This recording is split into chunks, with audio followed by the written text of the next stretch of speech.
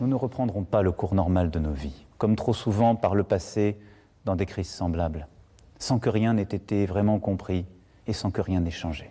Une promesse et un pas en avant vers la sortie de crise. C'est en tout cas ce qu'a tenté de faire Emmanuel Macron dans son allocution hier soir. Une France où l'on peut vivre dignement de son travail. Voilà pour les intentions.